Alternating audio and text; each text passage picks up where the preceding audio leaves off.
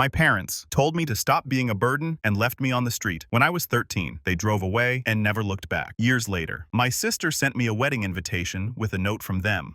I'm 31 now. It's been 18 years since I last saw my parents.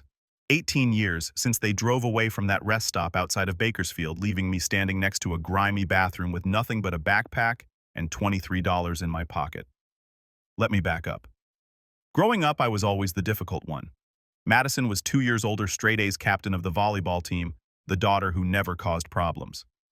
Then there was me, Emma. I struggled with school, not because I was stupid, but because I had undiagnosed ADHD that nobody bothered to investigate. My dad said I was lazy. My mom said I just needed to apply myself. When I asked for help with homework, my father would sigh like I'd asked him to move a mountain. Figure it out yourself, he'd say. You can't expect everyone to hold your hand through life. I tried, I really did. But the harder I tried, the worse things seemed to get. By 13, I was pulling C's and D's, forgetting to turn in assignments, losing track of time. My parents' disappointment hung over the house like smoke. The summer before 8th grade, things escalated. My mom landed a big promotion at her law firm. My dad's architecture business won some prestigious contract. Madison got accepted into a competitive summer program at Stanford. And me, I failed pre-algebra and had to retake it. Do you have any idea how embarrassing this is? My mother asked at dinner one night, her voice sharp as glass. Madison's professors are asking about our family. And what am I supposed to say? That our youngest can't even pass middle school math. She's not even trying. My dad added, not looking at me. She's given up. I hadn't given up. I was drowning and nobody would throw me a rope. August 14th. That's the date I'll never forget. We were driving back from visiting my grandmother in San Francisco. Madison sat in the front seat talking about her summer program. I was in the back staring out the window, exhausted from 2 hours of listening to how accomplished my sister was. Somewhere past Kettleman City, my dad pulled into a rest stop. Said he needed coffee. My mom went to the bathroom. Madison stayed in the car, headphones on. Emma, come here. My dad called. I got out confused. He was standing by the trunk with my backpack, the one I brought on the trip. Your mother and I have been talking. He started, his voice flat and businesslike. You're 13 years old. You're old enough to understand consequences. You're old enough to start taking responsibility for yourself. What do you mean? My stomach twisted. We're tired, Emma. We're tired of the drama, the poor grades, the constant neediness. You need to grow up and stop being such a burden on this family. My mother appeared behind him, her face hard. We've given you every opportunity. We've tried everything, but you refuse to meet us halfway. I don't understand what you're saying. My voice cracked. You're old enough to figure things out on your own. My dad said he handed me my backpack. There's some money in the front pocket. Make better choices than you've been making. Dad. What? This is your wake-up call? My mom interrupted. Maybe when you realize how good you had it, you'll appreciate what you've thrown away. They walked back to the car. I stood there frozen, certain this was some cruel joke. They'd turn around. They'd laugh and say they were teaching me a lesson. They'd tell me to get back in the car. The engine started. Madison looked back at me through the rear window, her face pale. She mouthed something I couldn't make out. Then she turned around and they drove away. I stood in that parking lot for 20 minutes waiting for them to circle back. They didn't. The sun was setting. I was 70 meters from home in a city I didn't know. I had no phone. My parents had taken it 2 months earlier as punishment for a bad report card. I walked to the rest stop building and found a payphone. It ate my first quarter without connecting. The second quarter got me a dial tone, but when I called our house, nobody answered. I tried 3 more times over the next hour. Nothing. By 10 p.m., the rest stop had mostly emptied. A security guard told me I couldn't stay inside overnight. I walked around the perimeter, found a drainage ditch behind the truck parking area, and curled up in it with my backpack as a pillow. The ground was hard and smelled like oil. I could hear the highway traffic, endless and indifferent. I didn't sleep.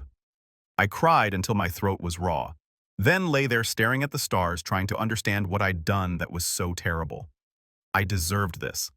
When the sun came up, I counted the money in my backpack. $23. I bought a granola bar and a bottle of water from the vending machines, leaving me with $19. At 8 a.m., A woman came out of an RV park nearby. Her name was Patricia, and she was maybe 50, with kind eyes and gray hair pulled into a ponytail. She saw me sitting on the curb and asked if I was okay. I told her everything. The words poured out in a messy, desperate rush. She listened without interrupting, her expression growing darker with each sentence. "Where do you live, sweetheart?" she asked. "Fresno," I said. "But I can't go home. They don't want me." Patricia's jaw tightened. "Those people aren't parents, they're criminals. What they did is called abandonment, and it's illegal." She took me to a police station in Bakersfield. I gave the officers my parents' information, explained what happened. They called my house. My mother answered. I sat in a plastic chair at the station while the officer talked to her on the phone in another room. When he came back, his face was grim. "Your mother says you ran away from the rest stop after an argument.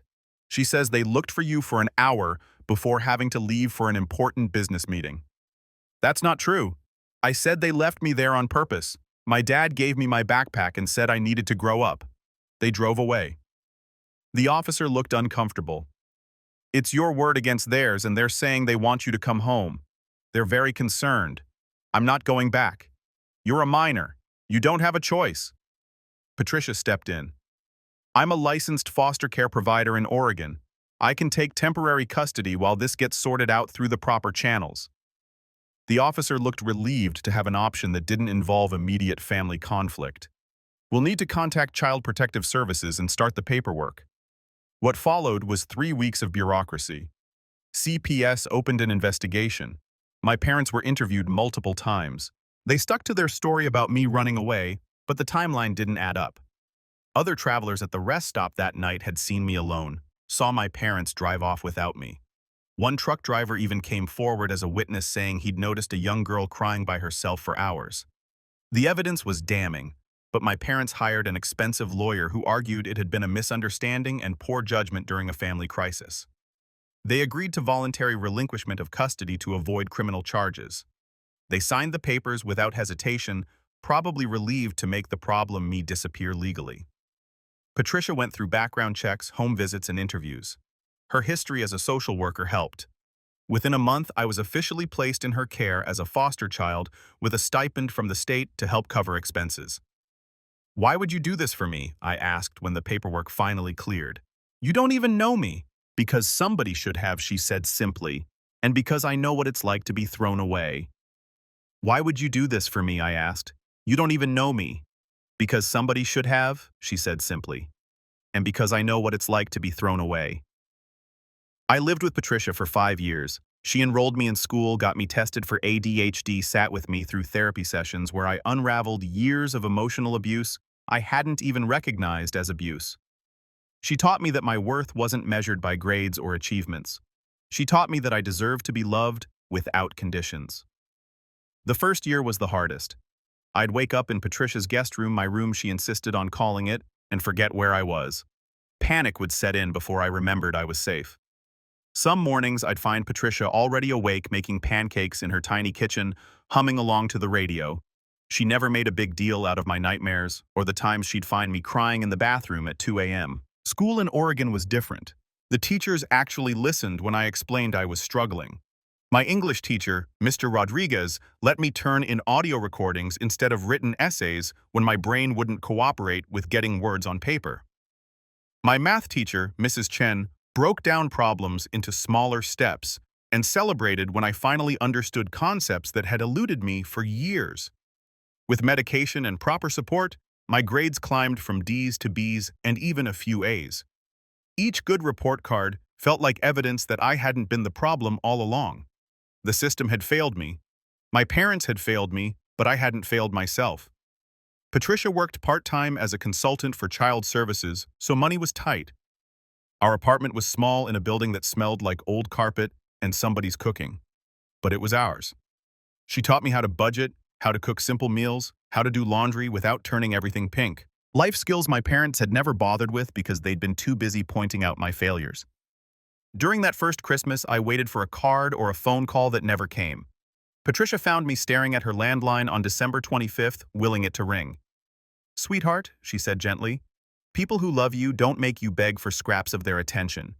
But they're my parents. Biology doesn't make someone a parent. Love does. Action does. Being there when it's hard, that's what makes someone family. I cried into her shoulder while she held me, and something inside me began to shift. Maybe I didn't need them to come back. Maybe I just needed to grieve what I'd never really had in the first place. My parents never filed a missing persons report. They never called Patricia's number, which the police and CPS had on file.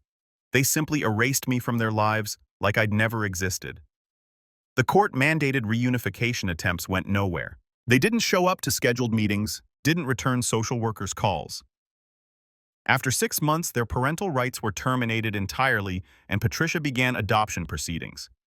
Madison sent me 2 emails in those first 6 months, both to an old email address I'd given her years ago. Both said the same thing. She was sorry she missed me, but Mom and Dad wouldn't let her contact me. She must have gotten Patricia's physical address from the CPS case file somehow. Maybe she'd snooped through our parents' paperwork when they weren't looking. After those initial emails, silence for a while, but in the second year, something changed.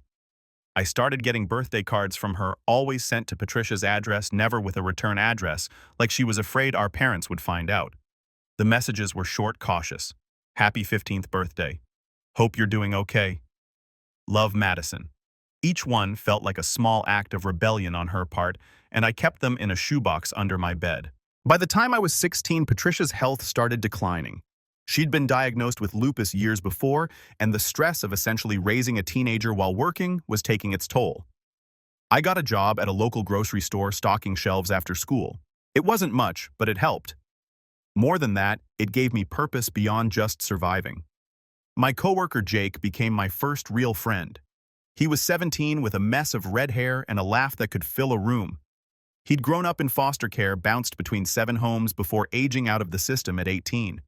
We'd sit in the break room during our shifts, sharing stories about the families that had failed us. You ever think about confronting them? He asked me once. Your parents, I mean every day, I admitted. But what would I even say? You'd tell them they messed up, that they lost something precious because they were too stupid to see what they had. I thought about that conversation for months afterward. What would I say if I ever saw them again? Would I scream? Would I cry? Would I simply walk away? Senior year of high school, I got accepted to Portland State University with a partial scholarship. Patricia threw me a party with exactly 3 people, me, her, and Jake.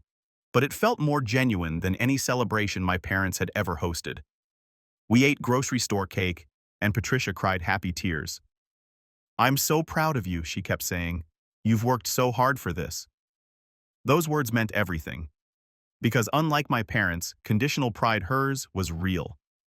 She'd seen me at my worst, sobbing over failed quizzes, having panic attacks, before tests, convinced I was stupid and worthless, and she'd never once made me feel like a burden. The summer before college, I legally changed my emergency contact information to Patricia. Filled out every form with her name, her number, her address. It felt like officially severing the last thread connecting me to Daniel and Susan Harrington. My hands shook while I signed the documents, but Patricia squeezed my shoulder. This doesn't make you a bad person, she said. This makes you someone who knows her worth. College opened up a new world. I joined a support group for students estranged from their families and discovered I wasn't alone. There was Michael, whose parents had kicked him out for being gay. There was Jasmine, whose mother's boyfriend had made home unsafe. There was David, whose father's alcoholism had turned violent. We were all walking around with these invisible wounds, learning to build lives from broken foundations. My sophomore year, I met Marcus at a volunteer orientation for a youth mentorship program.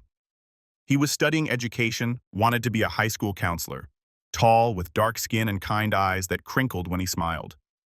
Our first conversation lasted 3 hours, sitting on a bench outside the student union while the sun set. Why do you volunteer with kids? He asked me. Because I was one of them once, a kid who needed someone to see her really see her. And someone did. Now I want to be that person for someone else. He looked at me with something like admiration. That's the best reason I've ever heard. We started dating a month later. He was patient with my trauma, never pushed when I needed space, celebrated the small victories.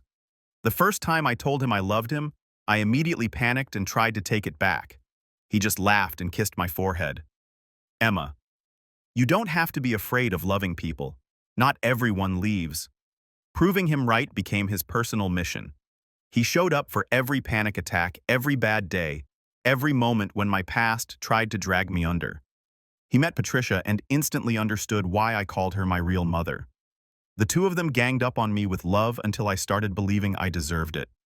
At 18, I aged out of Patricia's unofficial guardianship. She'd given me everything. Stability, love, a chance to heal.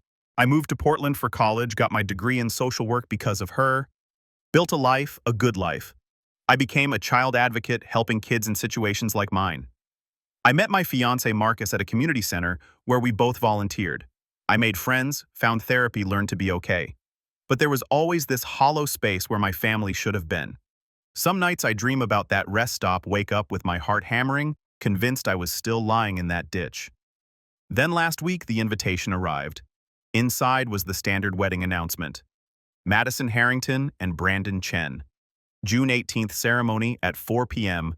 at some vineyard in Napa. But tucked behind the RSVP card was a handwritten note on my mother's monogram stationer. Emma Madison wanted you at her wedding. Your father and I think enough time has passed. We're willing to put the past behind us and welcome you back to the family. You're older now, hopefully more mature. We'd like to see the woman you've become. We'll be at the Oak Ridge Hotel in Napa the night before the wedding. Room 412. Come by at 7:00 p.m. so we can talk before the ceremony. It would mean a lot to your sister. Mother. I read it 5 times, feeling something cold and dark unfurl in my chest. Not once did she acknowledge what they'd done. Not once did she apologize. Just this assumption that I've been the problem, that I'd needed to grow up. And now that I presumably had, we could all play happy family again. Marcus found me standing in the kitchen, hands shaking. You okay? He asked. I showed him the note. He read it, his expression shifting from concern to anger. You're not going, he said. It wasn't a question. No, I agreed. I'm not. But I couldn't stop thinking about Madison. My sister, who looked back at me through that car window with something that might have been guilt or fear or oath, who'd sent those emails saying she missed me, who wanted me at her wedding enough to include me despite our parents' objections. The invitation haunted me for days. I catch myself staring at it, reading between the lines of my mother's note. Hopefully more mature, as if maturity meant accepting their version of events, as if 18 years of silence could be erased with an invitation to play family for a weekend. Marcus found me one evening on our apartment balcony, the invitation clutched in my hand.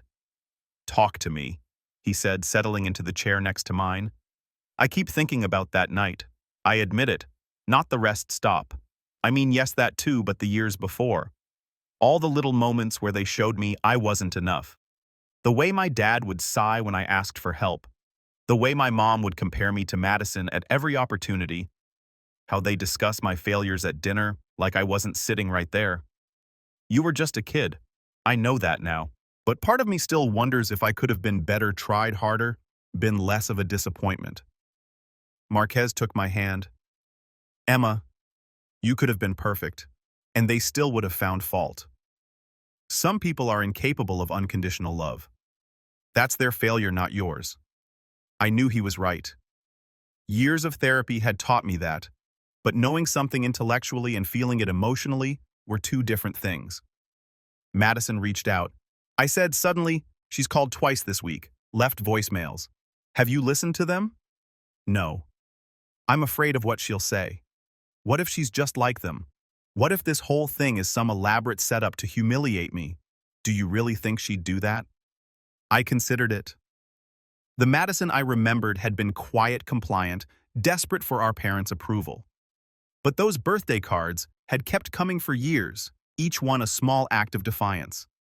She'd risked their anger to stay connected to me, even minimally. No, I said finally.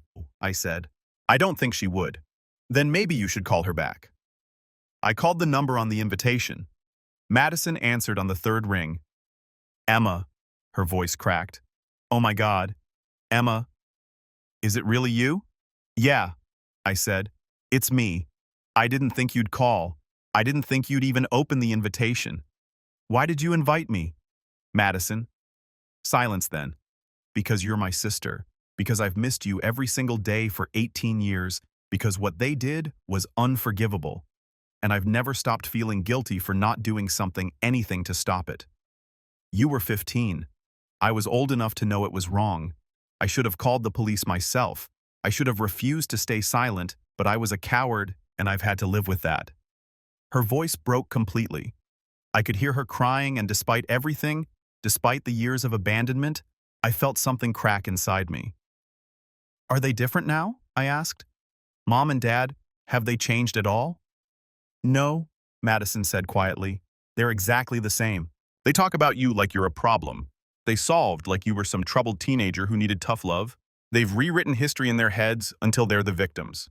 Then why did you let them write that note? I didn't even know about it until 2 days ago when Mom mentioned she'd sent you a proper invitation. I was furious. I told her she had no right to speak for me, that if she wanted to contact you, she needed to apologize and actually mean it. What did she say? She said I was being dramatic, that you'd understand once you were older. I laughed, but it came out bitter. Of course she did. Emma, you don't have to come to the wedding. I want you there more than anything, but I understand if you can't. I understand if you hate me. I don't hate you, I said. And it was true. I'd spent years angry at Madison for not protecting me, for choosing the easy path, but Patricia had helped me see that Madison had been a kid too, trapped in her own way. But I need to think about this. Okay, she whispered. Okay. We hung up. Marcus was watching me from the couch.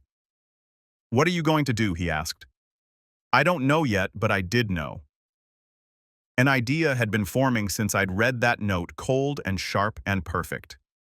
The anger I'd buried for 18 years was surfacing. But it wasn't the hot, chaotic rage of my teenage years. This was different, calculated. I'd spent nearly 2 decades helping kids navigate systems that failed them, learning how to advocate, how to use the rules to protect the vulnerable. Now those skills could serve a different purpose. I started by doing research. Social media made it easy. My father's architecture firm had a polished website with staff photos and recent projects. My mother's law firm had won several high-profile cases. They built impressive careers, cultivated reputations as respected professionals. Their LinkedIn profiles were full of recommendations and accolades. I found photos from charity galas, fundraisers, community events, always smiling, always perfectly dressed, always projecting success. In one photo from last year, they stood with Madison at some formal dinner. My sister looked uncomfortable, her smile not quite reaching her eyes. What are you doing? Marcus asked, finding me hunched over my laptop at midnight. Reconnaissance. He sat down next to me, studied the screen. Emma, whatever you're planning, they tried to erase me. I interrupted. They abandoned a 13-year-old child and then told everyone I ran away, that I was troubled, that I wanted nothing to do with them. They've been lying for 18 years and nobody's ever challenged them. So you're going to, expose them? I'm going to give them a choice. They can face consequences or they can disappear from Madison's life the way they made me disappear from theirs.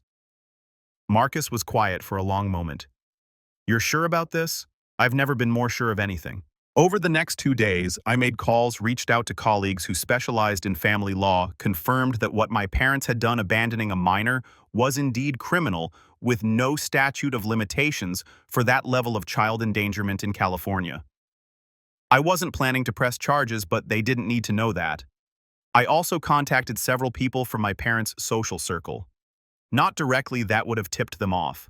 But I found mutual connections through Madison's social media people who'd be at the wedding. Planted seeds of curiosity with carefully worded questions about family dynamics and the younger Harrington daughter. Patricia called on Thursday.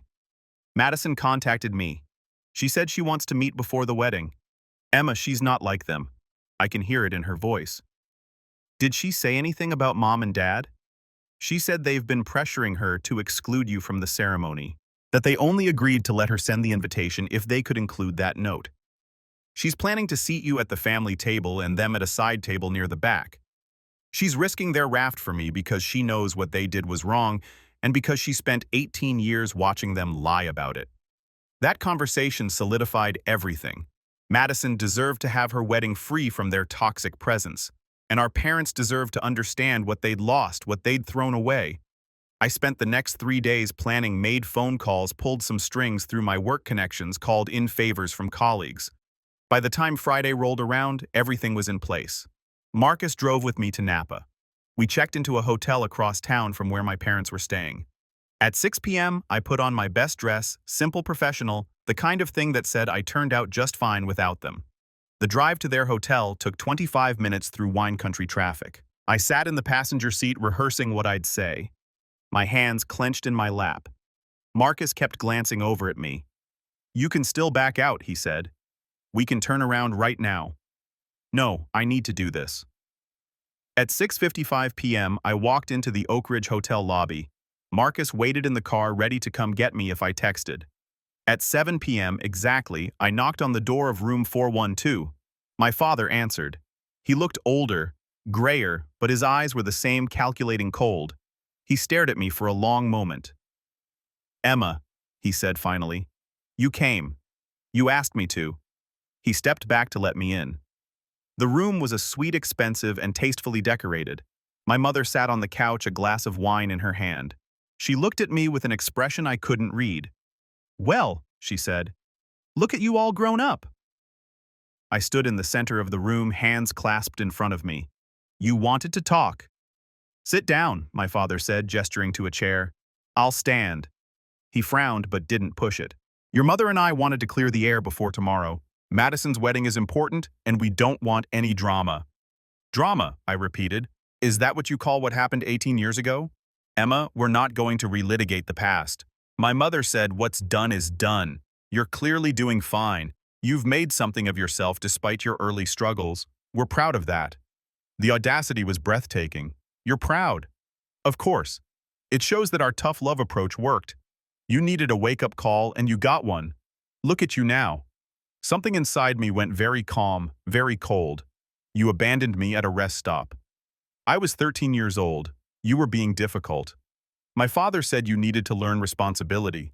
I was a child with undiagnosed ADHD who needed help. And instead of getting me that help, you threw me away like garbage. "Don't be dramatic," my mother snapped. "We knew you'd find your way home. We were teaching you a lesson. I didn't find my way home. Hey. A stranger took pity on me and lied to the police to keep me out of your custody. I never came home and you never came looking for me. Because you were with your aunt." My father said, "We were told you were fine." Patricia wasn't my aunt. She was a retired social worker who committed fraud to save me from you. And you never once verified where I actually was. You never called. You never checked. You were just relieved to be rid of me. My mother stood up, her face flushing. "How dare you? We raised you, clothed, you fed you. We gave you every advantage. You gave Madison every advantage. You gave me criticism and contempt and then abandoned me when I became too inconvenient. This is exactly why we had to make hard choices." My father said, "This victim mentality, this refusal to take responsibility for your own failures." I was 13, old enough to know better. I took a breath, studied myself. This was the moment. "I came here tonight because I wanted to see if you changed," I said quietly. "If you'd show even the smallest amount of remorse or self-awareness, but you're exactly who you've always been. So I need to tell you something." "What?" my mother asked impatiently. "Madison didn't want you at her wedding." They stared at me. "She invited you because she felt obligated, because cutting off your parents is hard even when they deserve it. But she told me yesterday that the happiest day of her life would be marrying Brandon without you. They're judging everything, criticizing every choice, making it about yourselves." "That's not true," my father said, but his voice wavered. "It is. And here's the thing. I'm not coming to the wedding tomorrow, but I am speaking at the rehearsal dinner tonight. In about 20 minutes, actually. Madison asked me to give a speech about family, about what it means to be there for the people you love. Want to guess what I'm going to talk about?" My mother's face went pale. "You wouldn't. I'm going to tell every single person in that room what you did. The lawyers, the business partners, the Stanford professors, the society friends you care so much about impressing. I'm going to tell them how you abandoned your 13-year-old daughter at a rest stop and never looked back. I'm going to tell them that I slept in a ditch that night. Emma, wait. And then tomorrow during the reception, I'm going to introduce them to Patricia. The woman who actually raised me, who actually loved me, who's more of a mother than you ever were. She's flying in tonight. Madison's already met her via video chat. She's sitting at the family table. Your seat got moved. You can't do this." My father said, his voice hard. I already have. The speech is written. The guests are gathering. And if you try to stop me, I'll make it worse. I'll make sure every newspaper in the Bay Area knows what kind of people you really are. This is blackmail, my mother hissed. No, this is consequences. You taught me about those. Remember, I pulled out a piece of paper from my purse, unfolded it. But I'm not completely heartless. You have two options. Option one, you stay in this hotel room tonight and tomorrow. You send Madison a text saying you're not feeling well, you missed the wedding. In exchange, I give a generic speech about love and support that doesn't mention you at all. You fade into the background of her life, like you did with mine. Or, my father asked through gritted teeth. Option two, you come to the rehearsal dinner in the wedding. You watch me tell everyone who will listen what you really are. You watch your reputations crumble. You watch people whisper and stare. And you deal with the fact that your daughter chose a stranger over you because that stranger showed me more love in 5 years than you showed me in 13. The silence was deafening. My mother's hands were shaking. My father's face had gone red. You've become vindictive, he said finally. No, I've become strong. No, there's a difference. Were your parents? You were the people who were supposed to be my parents, but you gave up that right when you left me in that ditch. I walked to the door, paused with my hand on the knob. You have until 7:30 to decide. After that, I'm walking into that rehearsal dinner, and there's no taking back what happens next. I walked back to my car where Marcus was waiting. My hands were trembling. How did it go, he asked. Exactly how it needed to. We drove to the vineyard where the rehearsal dinner was being held, a 15-minute drive from their hotel. Madison met me at the entrance at 7:40, threw her arms around me, held on tight. Thank you, she whispered. Thank you for coming back. Thank you for being brave enough to do this. They're not going to show up, I said. Good. I don't want them here. I just wanted you. At 7:55, I stood up to give my speech. The guests were a mix of Madison's friends, Brandon's family colleagues, and extended relatives. My parents' seats at the head table were conspicuously empty. I talked about family, about the people who choose to love you, who show up when things are hard, who proved through actions that you matter. I talked about Patricia, who saved my life without hesitation. I talked about Marcus, who taught me what partnership really meant. I talked about Madison, who'd had the courage to reach out despite years of silence. I didn't mention my parents by name, but I told the story of a 13-year-old girl left at a rest stop, sleeping in a ditch, being saved by a stranger's kindness. I talked about how sometimes the family you build is stronger than the family you're born into. When I finished, there wasn't a dry eye in the room. People stood and applauded.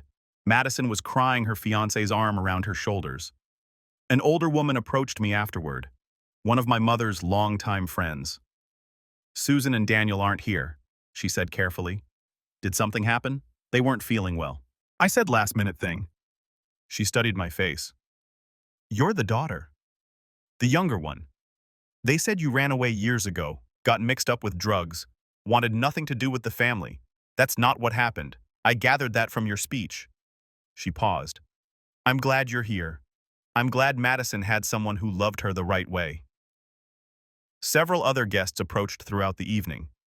Some had heard whispers over the years, inconsistencies in my parents' stories. Others were simply moved by the speech and wanted to express their support.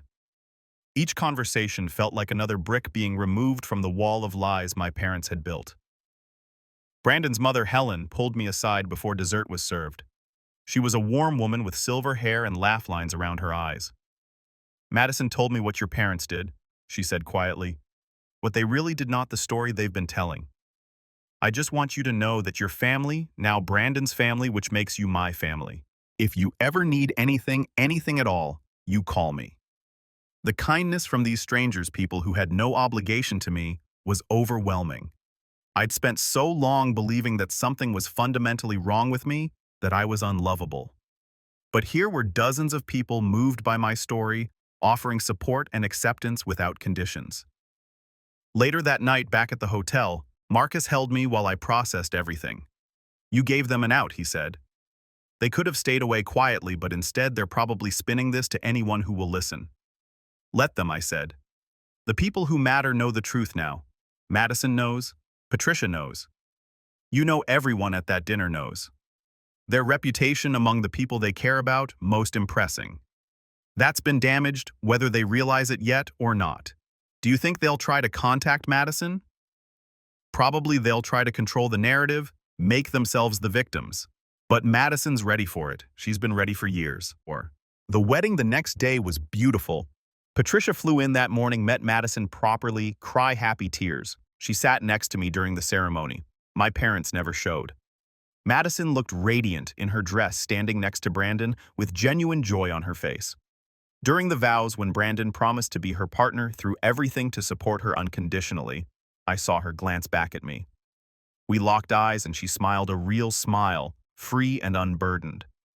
The reception was held in a garden behind the vineyard, strings of lights hanging between old oak trees. I danced with Marcus, with Patricia, and finally with Madison during the sister dance she'd specifically requested.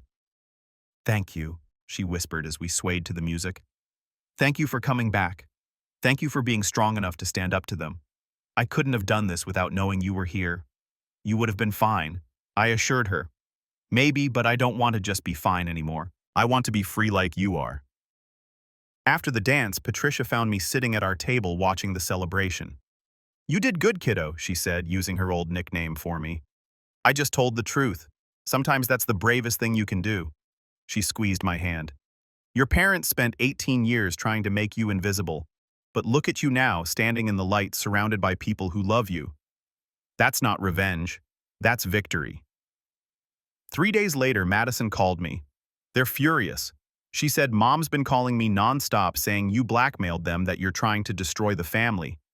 "What did you tell her?" "I told her the only person who destroyed this family was her. Then I blocked both of their numbers.